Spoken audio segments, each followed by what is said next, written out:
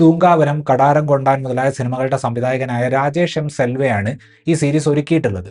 പ്രധാന പ്രശ്നം ഒട്ടും ഡെപ്ത് ഇല്ല എന്നത് തന്നെയാണ്. ഇതിൽ ഇൻസ്പെക്ടർ ഭാനുമതിയോട് അവരുടെ ഉന്നത ഉദ്യോഗസ്ഥൻ കേസിനെക്കുറിച്ച് ചോദിക്കുന്നത് കാണുമ്പോഴും ഭാനുമതി അവർക്ക് താഴെയുള്ള ഉദ്യോഗസ്ഥർക്ക് നിർദ്ദേശങ്ങൾ കൊടുക്കുന്നത് കാണുമ്പോഴും ഞാൻ ആലോചിച്ചത്, എനിക്കും ഫ്രണ്ട്സിനും ഒക്കെ ഇങ്ങനെയാണെങ്കിൽ പോലീസിൽ എളുപ്പം ജോലി കിട്ടുമായിരുന്നല്ലോ എന്നാണ്.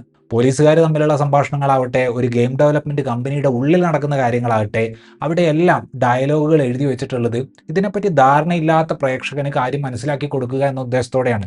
ഇങ്ങനെയൊക്കെ ഏത് പോലീസുകാർ അല്ലെങ്കിൽ ഏത് ഗെയിം ഡെവലപ്പർമാരാണ് പരസ്പരം സംസാരിക്കുക എന്ന് നമുക്ക് തോന്നിപ്പോകും. അത്രയ്ക്ക് മോശമാണ് ഡയലോഗുകൾ. പിന്നെ ഒരാളോട് നന്ദി പറയുന്നതൊക്കെ ഇങ്ങനെ നാടകീയ ഡയലോഗ് പറഞ്ഞ് തന്നെ ചെയ്യണമെന്നൊരു നിർബന്ധമില്ല.